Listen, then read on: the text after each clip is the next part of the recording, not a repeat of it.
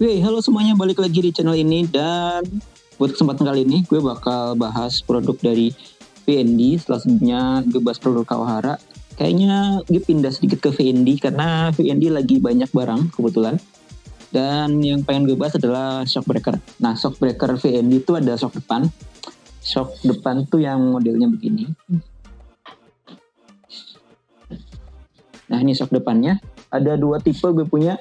Terus juga yang paling banyak tentu shock belakangnya. Nah, untuk shock belakangnya gue pengen bahas dari yang seri yang premium ya, yang Gold Series ini. Dari premiumnya. Ini yang paling terbaru ya, paling terbaru dari VND. Warnanya juga emas ya, yang banyak sebenarnya, ada yang ekstrim, terus ada yang basic juga ada sebenarnya. Buat yang basic apa ya di sini ya?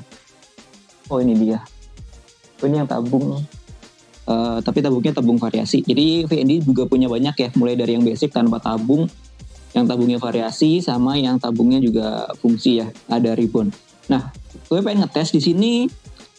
Dari tampilan dusnya sih lumayan cukup premium ya. Pakai warna emas kayak gini.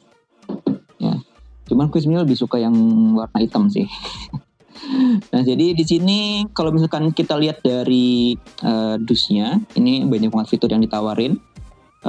Kebetulan ini buat motor Aerox 305 mili ya, satu set. Ini untuk AK111B1 seriesnya. Nah, series ini yang 111 itu AK111 itu sebenarnya banyak ya, buat motor Matic juga, motor sport juga sebenarnya kayaknya ada. Dan shock depannya juga ada yang seri 111. Terus juga ini tipe tabung ya. Terus juga ini juga piston rodnya juga lumayan tebal juga. Untuk spring diameternya, tapi gue pengen ngetes karena kan yang seri premium ini kan ada fitur-fiturnya di sini. Cuman di sini kalau misalkan kita lihat dari tabung, desain tabung di sini itu ada setelan kompresi. Cuman di sini nggak ada keterangan setelan kompresinya ya. Gue pengen lihat ini beneran fungsinya apa aja sih yang ditawarin dari VND Premium Gold Series ini.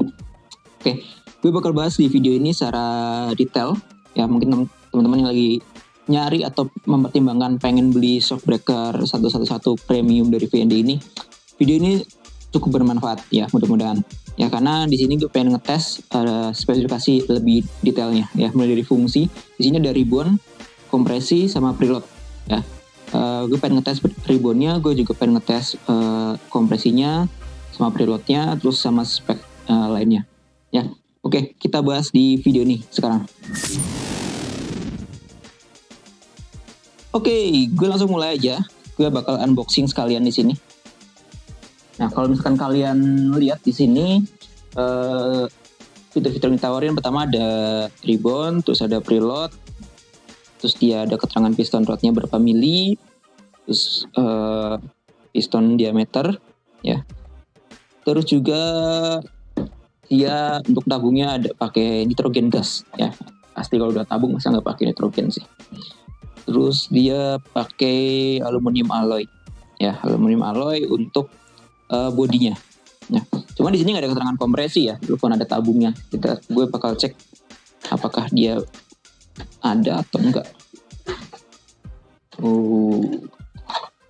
Ini dia tampilannya. Packagingnya juga standar kalau misalkan tipe-tipe premium kayak gini ya. Di sini ada keterangan shocknya. Nah, ini ketersediaannya ya. Bisa buat Mio, Vario 125, Jupiter Z ya. Terus Supra X 125. Aerox juga ada. Aerox, nah ini yang dipakai Aerox. PCX 150, NMAX, X-Max Lexi. Nah, PCX untuk 150, 160 kayaknya belum ada deh. Ya. Soalnya PCX 160 sama 50 itu beda ukurannya. Ya, baik itu ukuran panjangnya juga ukuran diameter dari si pernya juga beda. Ya.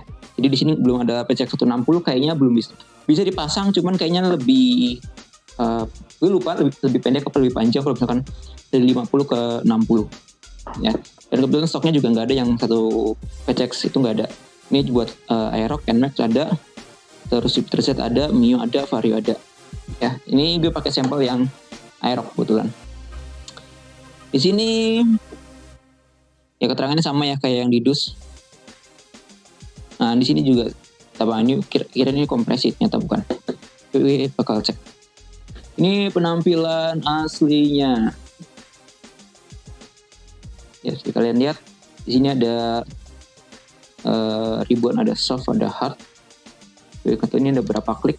Nanti kita coba cek. Di sini sebenarnya ada tulisan ininya ya, kompresinya ya. Cuman ini nggak tahu. Ini nggak bisa diputar cuy. Oh, harus pakai kunci L. Pakai kunci L muternya. Nah, ini satu lagi. Sayangnya di sini belum laser ya. Sebenarnya gue berharap di sini udah laser, tapi ini udah ada sih di sini. Di sini udah ada timbul, ada embossnya di sini. Cuman kayaknya lebih bagus kalau di sini udah pakai laser. Tapi ini juga stikernya stiker yang bagus sih. Stikernya stiker yang bagus. Oke.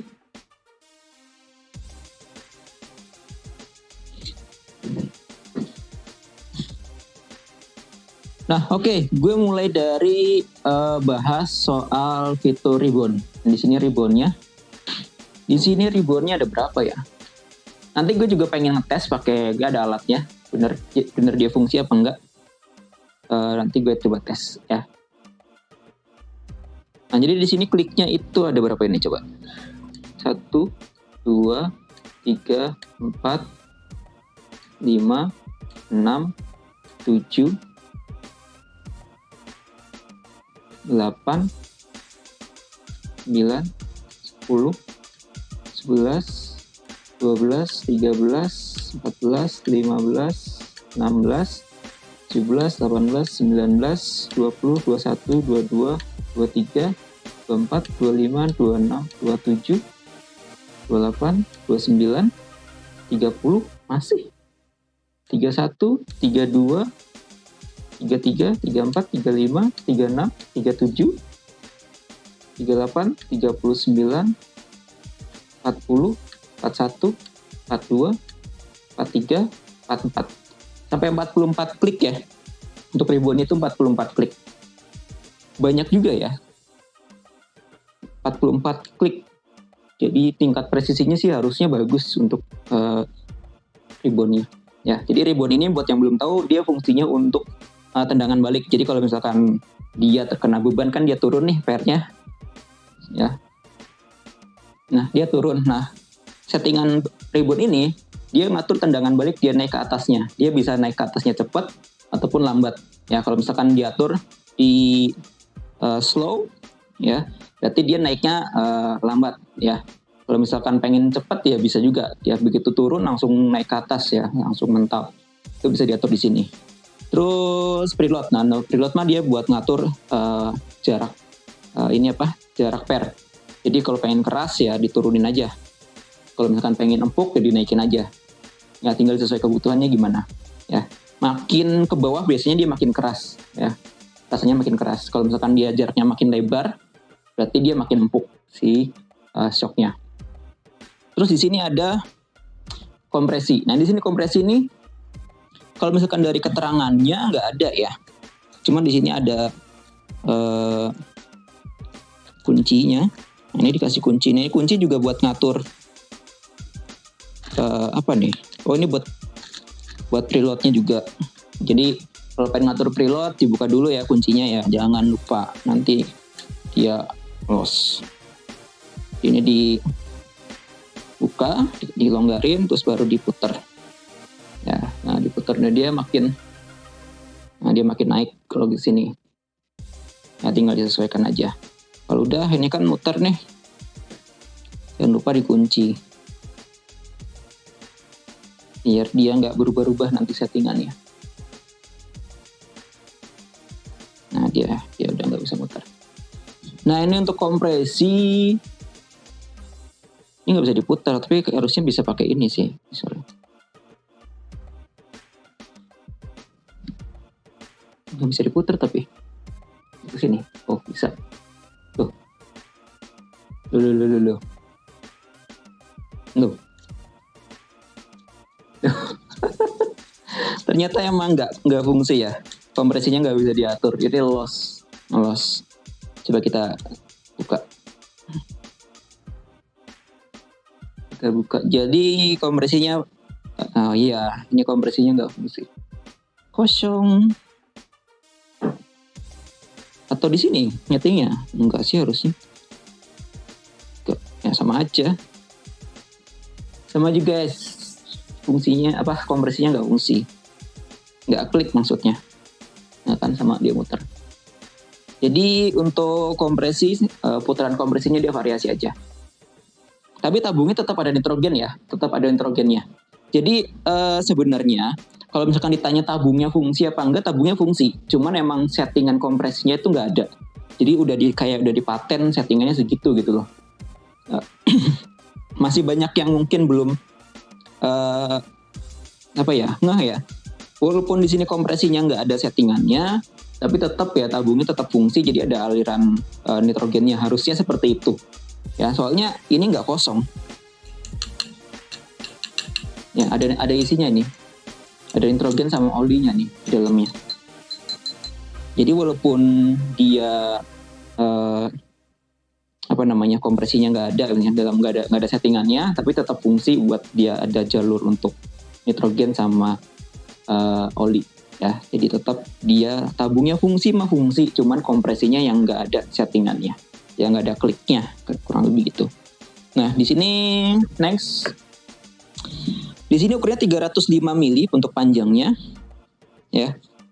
Gue pengen ukur tadi piston rodnya ya. Piston rodnya itu berapa sih tadi dia klaimnya? 14 mili ya. Standar sih sebenarnya 14 mili. Untuk shock breaker aftermarket itu emang kayaknya hampir semua merek di 14 mili sih. Hampir ya, mungkin nggak semua, ada yang 12 mili. Cuman emang kebanyakan itu di 14 mili. Mana skep mat gue? Oke, gue coba ukur. Tapi ini digitalnya mati, jadi gue pakai manual.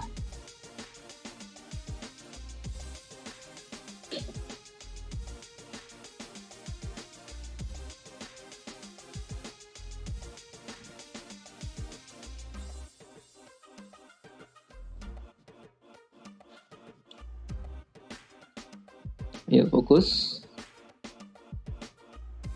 Ya, di 14 mili. Oke. Terus dia klaimnya juga apa? Untuk pairnya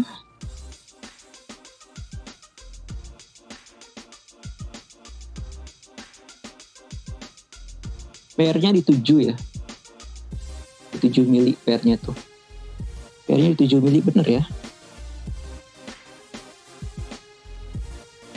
Spring diameter dia klaimnya 6-8 mili. Dia di 7 mili. Ya, sayangnya digitalnya dia mati. Ya, belum gue servis. Terus untuk ukuran ininya, ringnya,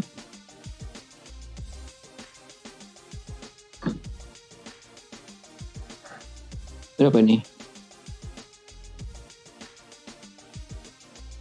Di 8 ya, di 8 mili.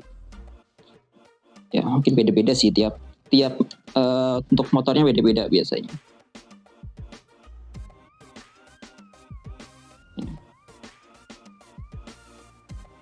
Di 8 mili. Terus ini cowok atau enggak? Kayaknya ini enggak cowok sih. Ya, dari sisi desainnya ini kayaknya enggak cowok ya. Teman-teman mungkin bisa yang udah pernah pakai bisa komen juga. Ya. Sekarang kita coba untuk tes fungsi dari ribbonnya. Kompresinya udah pasti nggak fungsi. Sekarang kita tes ribbon. Oke, di sini gue mau ngetes untuk fitur ribbonnya. Ya, untuk bagian reloadnya gue udah atur yang paling empuk. Jadi ini paling atas. Ini udah sebenarnya masih ada. Udah mentok sih ini. Ini udah paling mentok banget. Ya, ini yang paling empuknya. Ya kelihatan fitur ribbonnya ini fungsi nggak, kompresinya udah pasti nggak bisa diputar ya. Jadi udah kita cek nyata tidak bisa. Ini gue atur ke 0 dulu ya. Ini gue tes. Ini paling dia langsung mental ya, jadi yang settingan nolnya dia langsung mental ke atas, jadi langsung nendang balik. Oke, kita coba putar. Ini gue nggak hitung itu putarannya berapa, gue kira-kira aja karena gue pengen tahu berapa sih fungsi atau enggak. Nah,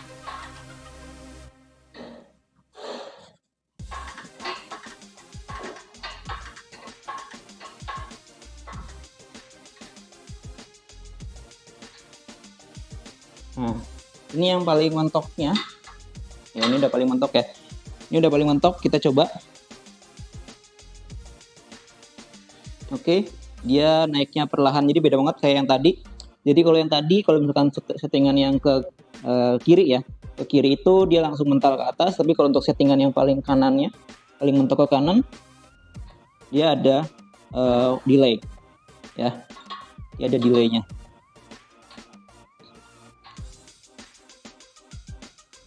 Oke, nah jadi fix reboundnya fungsi ya. Untuk settingan preloadnya tinggal sesuai kebutuhan aja ya. Pengen paling empuk ya kayak gini, pengen lebih keras tinggal turunin aja ya. Oke, sip.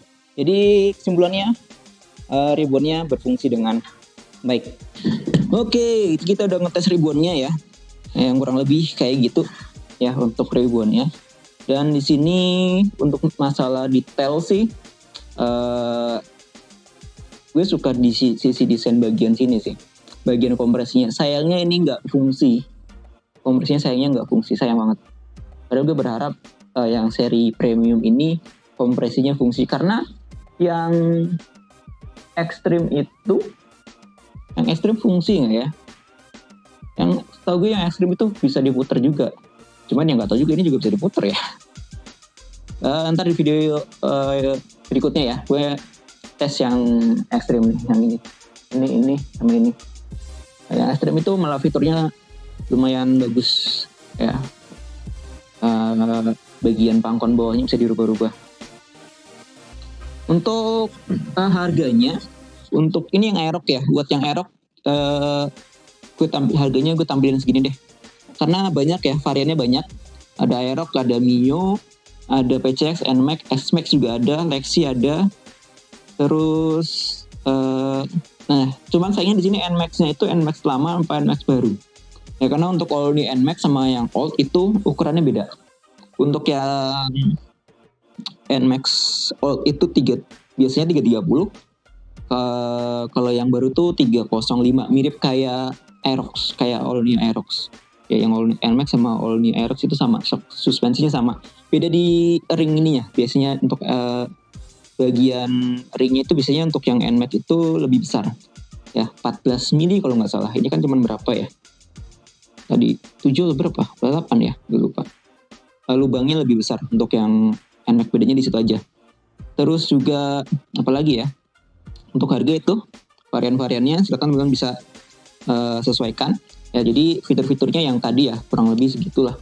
Jadi kesimpulannya rebound fungsi, preload otomatis fungsi, kompresi nggak ada settingan, berarti nggak fungsi, cuman variasi. Jadi tombol kliknya ini, teran kliknya dia variasi aja ya.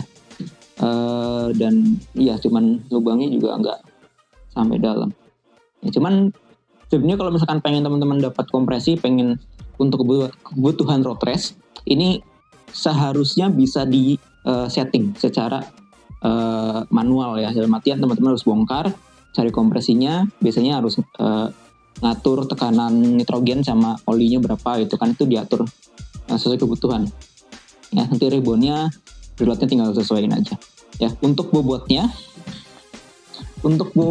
itu ntar gue timbang.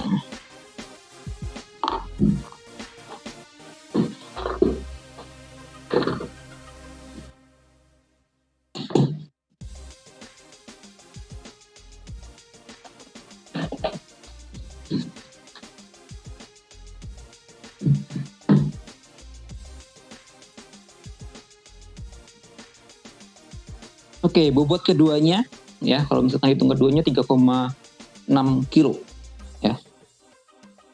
Untuk bobot keduanya 3,6 ya, satu 1,8.